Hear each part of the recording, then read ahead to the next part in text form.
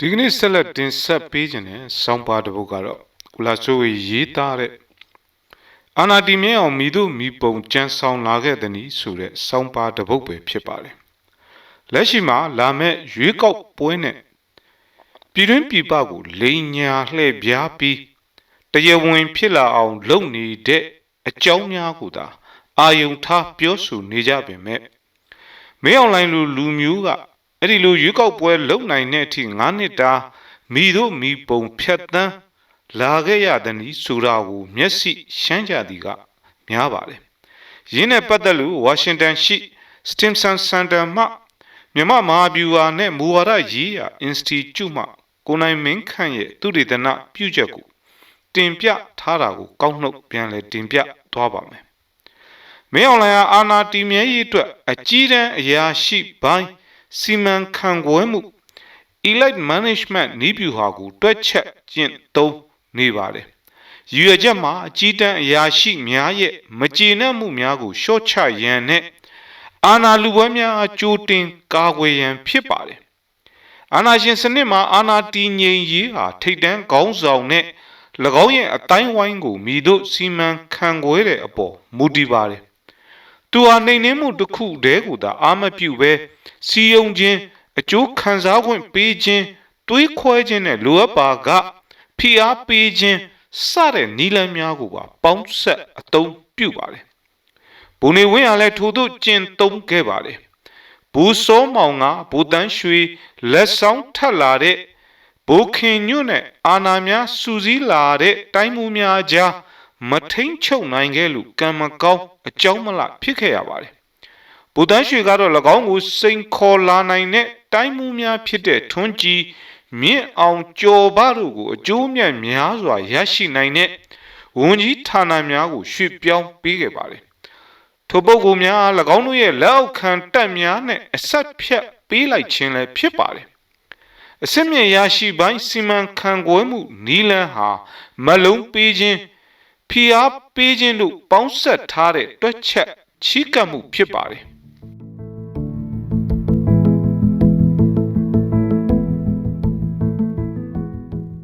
မလုံးပေးခြင်းအပိုင်းမှာစီးပွားရေးအကျိုးခံစား권များနဲ့ဂုဏ်သိက္ခာရှိတဲ့ယာရုများကိုပေးအပ်ခြင်းဖြစ်ပါတယ်။စီးပွားရေးမလုံးများဖြစ်ဗိုလ်ချုပ်ကြီးများကို MEHL နဲ့ MEC ကဲ့သို့သောစစ်တပ်ပိုင်းစီးပွားရေးလုပ်ငန်းစုများမှာပါဝင်ခွင့်ပေးကာ၎င်းတို့ရဲ့အကျိုးစီးပွားကိုအစိုးရရဲ့အာဏာတည်မြဲရေးနဲ့ချိတ်ဆက်ထားပါတယ်။ယာရုမလုံးများဖြစ်ယုံကြည်ရသူများကိုအကျိုးအမြတ်ရှိတဲ့အရက်ဘတ်ယာရုများဥပမာဗိုလ်ချုပ်ညိုစောကို FESC အကြီးအကဲဗိုလ်ချုပ်မြတ်ထွန်းကို MICO ခန့်အပ်ချီးမြှင့်ခြင်းမျိုးဖြစ်ပါတယ်။ဖိအားပေးမှုအပိုင်းမှာအတင်းကျပ်အနားယူခိုင်းခြင်းယာရုချခြင်းအကျဉ်းချခြင်းများနဲ့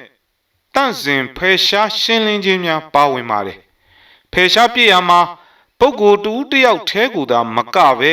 ၎င်းကြောထောက်နောက်ခံပြုထားတဲ့အတိုက်ဝန်းတစ်ခုလုံးပါဝင်ပါတယ်။ဗိုလ်တန်းရွှေဟာဘုခင်ညွန့်နဲ့၎င်းရဲ့ထောက်လန်းရေးရန်နေရာတစ်ခုလုံးကိုဖယ်ရှားခဲ့ပါတယ်။ဗိုလ်ကြီးအုံးကျော်မြင့်အရေးခင်းမှာဗိုလ်ချုပ်ကြီးတင်ဦးအထိပါဝင်သွားခဲ့ပါတယ်။မင်းအောင်လှိုင်ဟာ၎င်းရဲ့အယက်ရာဆက်ခံနိုင်ခြေရှိတယ်လို့သတ်မှတ်ခံရဘူးတဲ့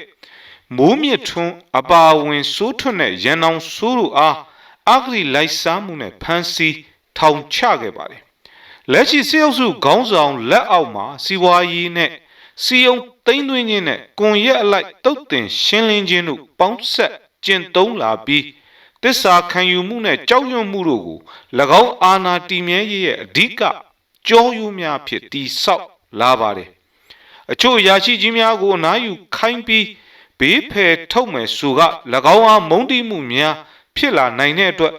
ဝန်ကြီးယာရုဓမ္မမုတ်ကြမ်းဖို့ထဲလွတ်တော်ကိုယ်စားလှယ်ဖြစ်ထဲပေးခြင်းတို့ပြုလုပ်ပေးခဲ့ပါတယ်။ရွေးကောက်ပွဲမတိုင်မီဗိုလ်ချုပ်ကြီး9ဦးဒုတိယဗိုလ်ချုပ်ကြီး9ဦးဗိုလ်ချုပ်10ဦးကိုယာရုကဖယ်ရှားခဲ့ပါတယ်။အများစုဟာတက်တွင်းလေးစားခံခဲ့ရသူများဖြစ်ပါတယ်။ထို့ထဲမှာညိုထွန်းဦး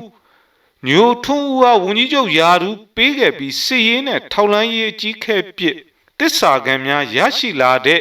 မြထွန်းဦးဟာယခုကလွတ်တော်ကိုယ်စားလှယ်ဖြစ် ပြင်ဦးလွင်မှဝင်ရောက်ရှင်ပြိုင်ရတော့မှာဖြစ်ပါတယ်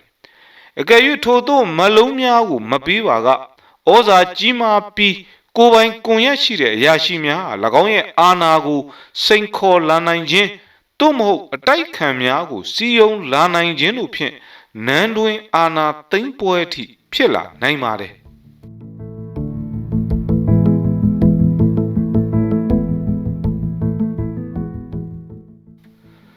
ယာရုခန့်မှုများဟာဆုလက်ပေးခြင်းတတ်မဟုတ်ဘဲ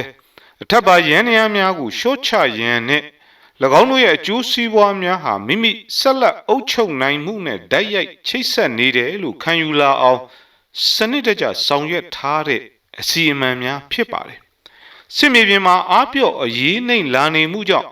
10 လကြာတုံလုံးခြောက်ခြားခဲ့ရမှုကြီး The Taman Shock လို့အမည်ပေးထားတဲ့2023အောက်တိုဘာမှ2024ဩဂုတ်လအတွင်း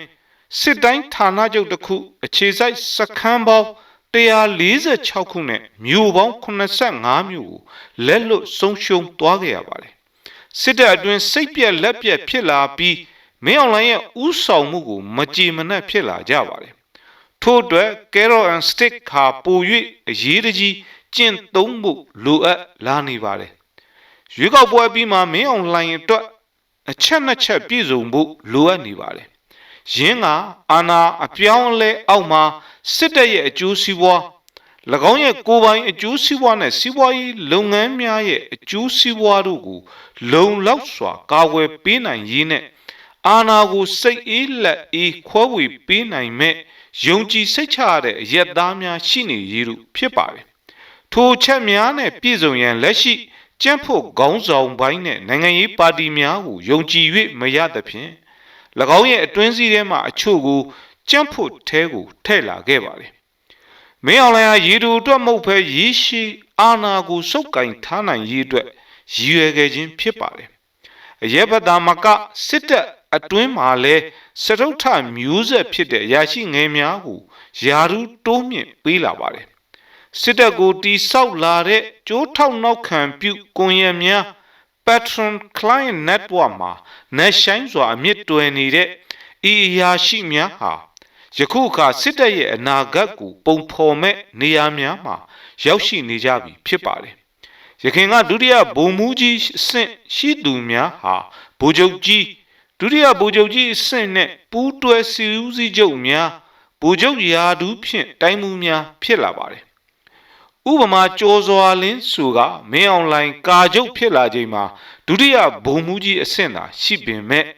14နှစ်အကြာမှာတော့မင်းအောင်လှိုင်ပြီးလျင်အာဏာအရှိဆုံးကြီးရည်လီပူးတွဲစစ်ဦးစီးချုပ်ဖြစ်လာပါတယ်။တိုက်ပွဲအတွေ့အကြုံမရှိဘဲထိုရာထူးကိုရောက်ရှိလာတဲ့အတွက်မင်းအောင်လှိုင်ရဲ့ကျေးဇူးကံကျေးဇူးစားအဖြစ်အလုပ်အကျွေးပြုရဖို့ဖြစ်လာပါတယ်။မင်းအောင်လှိုင်ရွေးကောက်ပွဲမတိုင်မီကျန်းဖို့ကိုထိန်းချုပ်နိုင်ရန်တစ္ဆာကံများကိုစေလွတ်လာပါတယ်။အာဏာသိမ်းပြီး2နှစ်အကြာရွေးကောက်ပွဲလုပ်ရန်စကားဆလာချိန်မှာ၎င်းရဲ့အယုံကြည်အားဆုံးအငြင်းစားဒုတိယဗိုလ်ချုပ်ကြီးများဖြစ်တဲ့မျိုးစောသိန်းနဲ့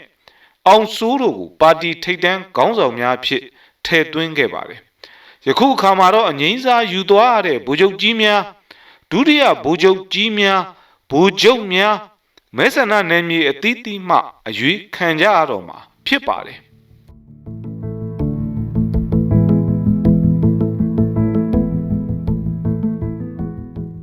သို့တော်လည်းကျန်းဖို့ဟာငြိမ်းခံနေခြင်းတော့မရှိပါဘူးဥက္ကဋ္ဌဖြစ်သူခင်ရီနဲ့မင်းအောင်လှိုင်ရဲ့လူယုံဖြစ်သူဒုဥက္ကဋ္ဌမျိုးစောသိန်းအကြားတင်းမာမှုများရှိလာပါတယ်ခင်ရီဟာတခါတရံ၎င်းငိုပင်အတိမပေးပဲအစည်းအဝေးများလှုပ်လာတယ်ဆိုတဲ့သတင်းများထွက်ပေါ်လာလို့၎င်းတို့နှစ်ဦးကြားမယုံကြည်မှုများသဘောထားကွဲလွဲမှုများရှိနေတယ်ဆိုတာကိုထင်ဟပ်လာနေပါတယ်လက်ရှိကျန်းဖို့ခေါင်းဆောင်ပိုင်းဟာမင်းအောင်လှိုင်နဲ့